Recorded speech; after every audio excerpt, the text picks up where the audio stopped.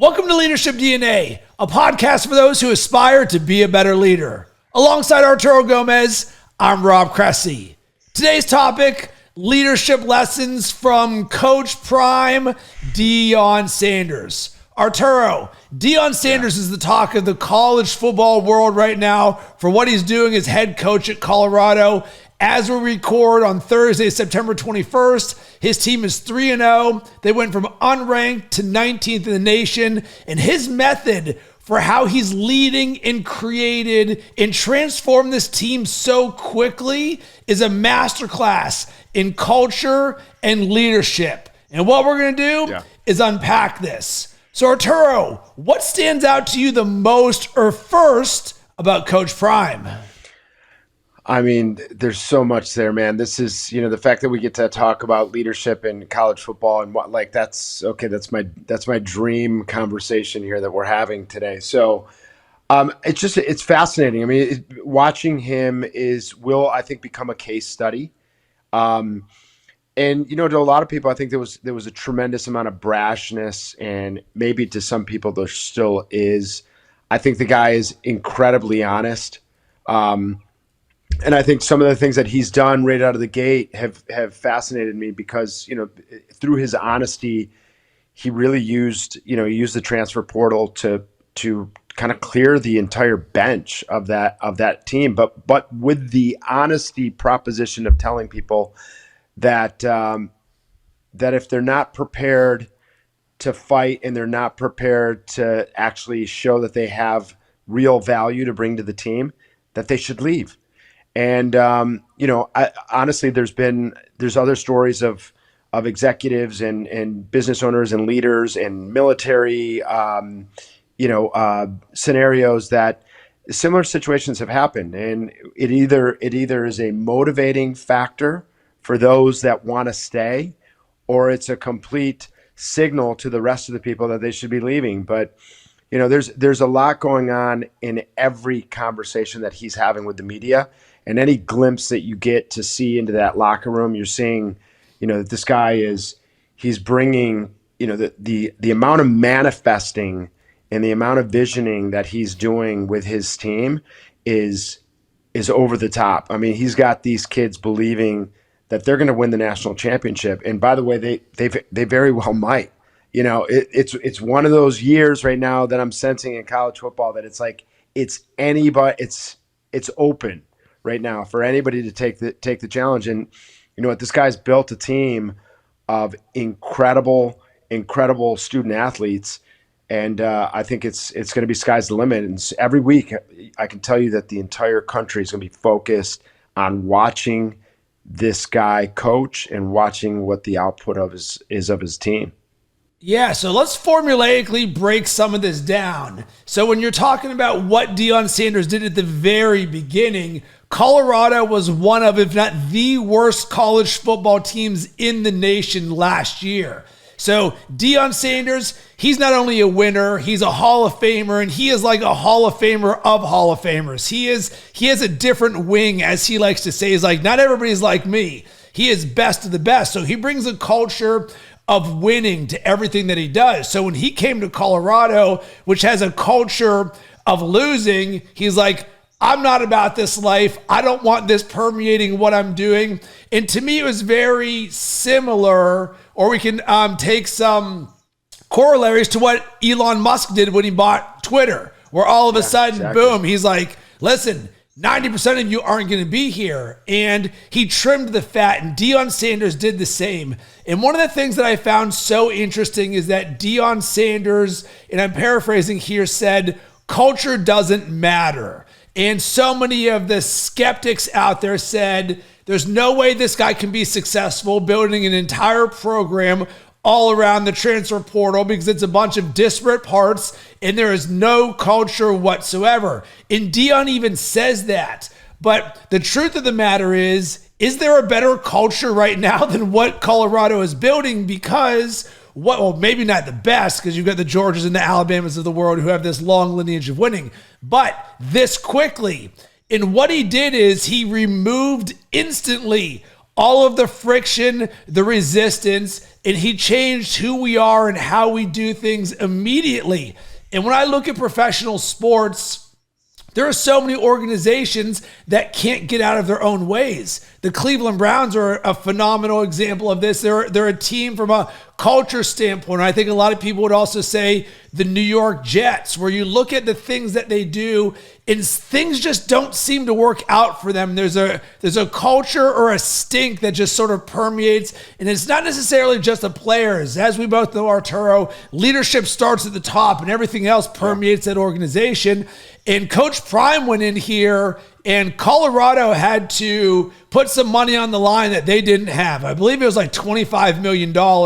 Their boosters raised it, and all of a sudden, Colorado, not only are they must watch from a football standpoint, but their program is on the map. Their boosters, is like a celebrity event now. And to me, this is such a wise way for a leader to come in and create a culture of excellence just like this.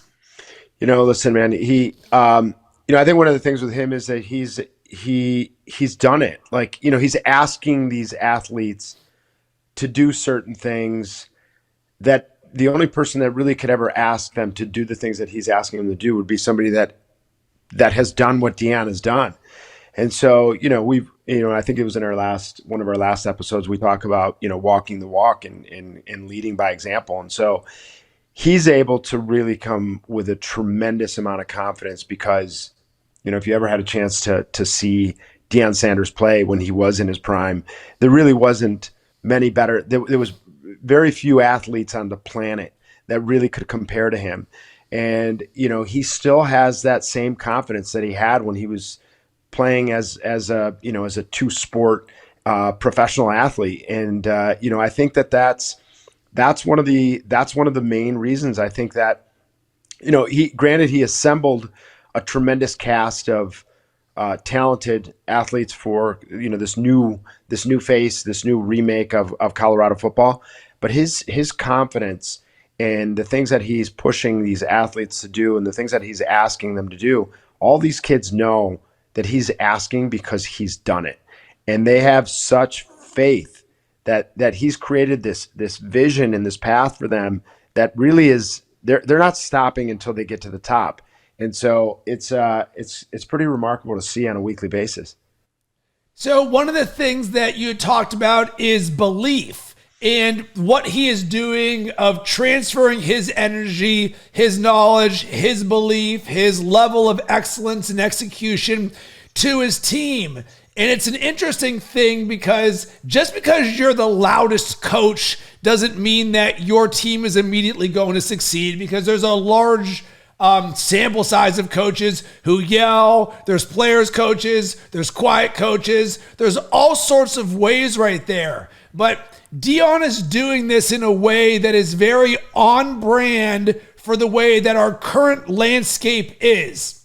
Things are changing in the world right now, from the pandemic to AI to the world of the way that NCAA and the conference realignments and the transfer portal, everything is differently. And there's going to be a group of people or schools or coaches that are going to say, this is the way that things are always done, or that we've always done them. And a lot of the world in all industries are going to get passed by the Deion Sanderses of the world. And quite frankly, it's why on my end, I'm all in on AI and leading from my perspective with my clients and the companies that I'm working with on ways that we can leverage these things to do more with less faster, to solve our problems faster. And Deion Sanders did such a good job of solving a problem faster than anybody else did, in a way that the system wasn't supposed to be designed for this, but he went in there as a leader and says, all right, I'm going to leverage the transfer portal in a way that nobody else ever has, and I'm going to use the assets that I have to myself in my ability as a leader to elevate everybody else around me. And to me, that is such an important part of this is his ability to lead these men. And one of the things that stands out to me, and people ask Dion, are you immediately going to go to the NFL? And once again, paraphrasing, essentially what he said is, I feel like college football is my gospel. He is making men.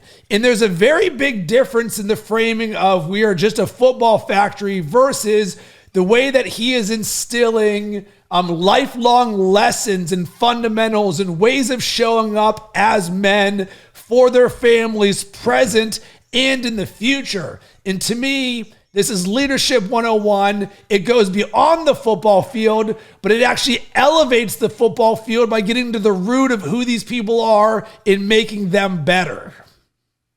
Yeah, I mean, it's, you hear some of these sound bites of some of the things that he's saying, and it's, listen, if I was a student athlete that, had the capacity to go play on a team like that, I'd want to go play for a guy like that, and it's not, you can tell by the way that he's presenting himself that he's believable in everything that he's saying, and to consume some of those sound bites and some of those words that have come out of his mouth, that he cares about winning, obviously deeply, but he cares more about developing these kids into productive contributors to society, so that they become great fathers, they become great brothers, they become great teammates. And that's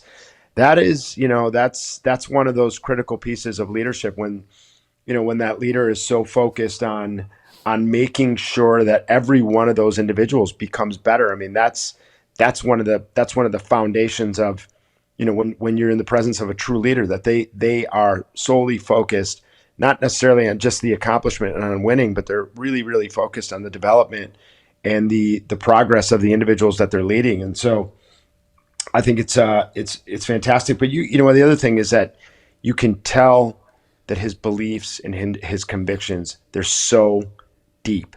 They're incredibly deep in the way that he's bringing this stuff forward, that it's a critical part of transcendental leadership. It's like when you're really able to change things as quickly as he's done it, there has to be a belief system and there has to be convictions that are 100%. There can be no wavering. Everybody on that team needs to 100% believe that they're going to be the best.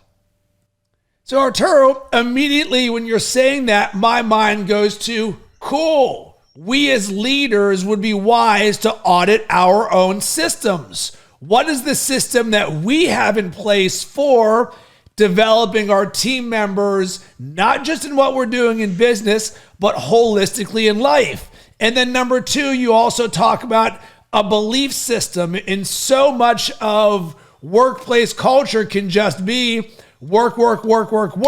And I've talked about this over the years on this show, where it blew my mind as I grew in my leadership and personal growth journey, that I went the first 32 years of my life without someone ever saying the term self-awareness to me, that no one had invested in their personal development or growth systemically to then pass that along to me. And it blows my mind that some of these things aren't taught in terms of why is there not a curriculum around personal growth and development at every single company? Because I think about the clients that I've worked with, and even my very first coaching client, where I didn't even have a website. I wasn't even a coach, just a CEO, saw the way that I lived on Instagram and said, Rob, will you help make my team better at business by being better at life? I was like, of course. I've lived this way for more than a decade. So that's how I stepped into being a coach. And the results we received over the months were transformational. And of course, their business elevated when their employees were happier. They're better equipped to deal with adversity. And I can tell you, Colorado, the chances of them going undefeated, it would be amazing if they do. But adversity is going to strike them. I believe Travis Hunter, one of their star players, is injured right now. And there's no way Dion's going to say, listen, everyone, there's a reason why we can lose now. No, we all get to elevate ourselves right now. So I would encourage everyone to ask themselves, what is your way or system that you are developing everybody else around you? I'm curious your thoughts on this, Arturo. I mean, yeah, that's always going to be the challenge. I mean, I think it goes to, it's personal energy, personal management. The belief of the team in terms of capabilities is only sometimes going to only go as far as the leader. And so that's the critical importance of bringing real energy, real vision, real enthusiasm to these opportunities when you're in front of your team to be able to coach. But I think to me, that's what it is. I mean, you take that same team and you remove Dion in a few weeks' time, you're going to have a real problem. That team is not going to be necessarily as productive, self-managed. They're gravitating towards this individual who's incredibly charismatic, and he's got a plan. He's got a plan. He's prepared. He's bringing the energy.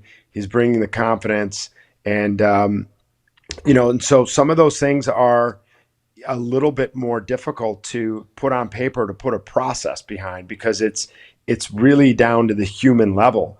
So, it's like, is there process around it? Yeah, we got to be really, really prepared. We have to have systems. We have to have process. All that stuff helps, creates some redundancies. It creates some opportunities to, reinforce the system. But, a lot of leadership or a lot of success within the team environment is really dependent on, the individual that's there. And listen, he's shown tremendously like what bringing a true leader into a situation can do. Put aside his tactics of how he's gotten there and bringing in the transfer portal and stuff like that. I've been a part of in the past where situations where, whether I was brought in or I had to step away for a minute, and there's times where that vacuum of leadership has a real negative effect. So my recommendation is to, yes, make sure that there are systems and process in place, but make sure that there's succession. If you can find other teammates in the organization that you think are going to have the same vision or that are going to be able to bring that same energy and charisma to the table, I think that's a better way to maybe safeguard the continued success of a team, is making sure that there's always a number two that's there and ready to kind of step in those type of situations.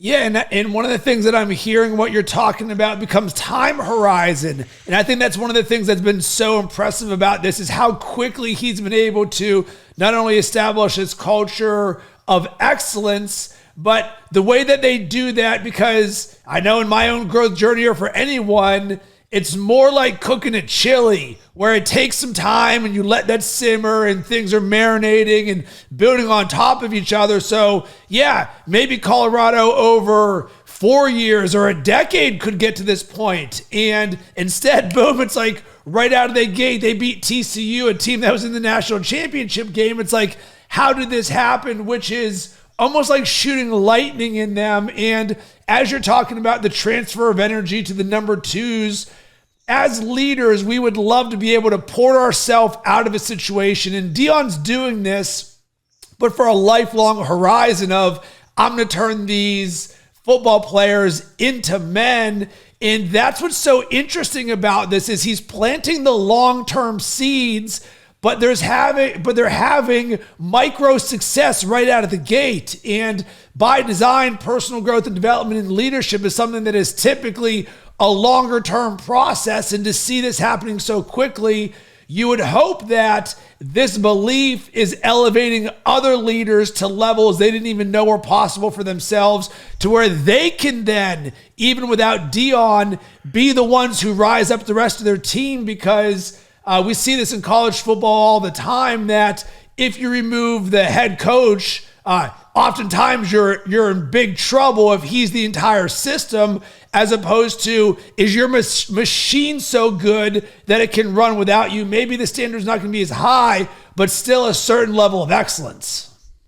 Yeah, 100%. I mean, that's this succession kind of redundancy. I mean, listen, real teams that have success, whether it's in the corporate space or on the athletic fields.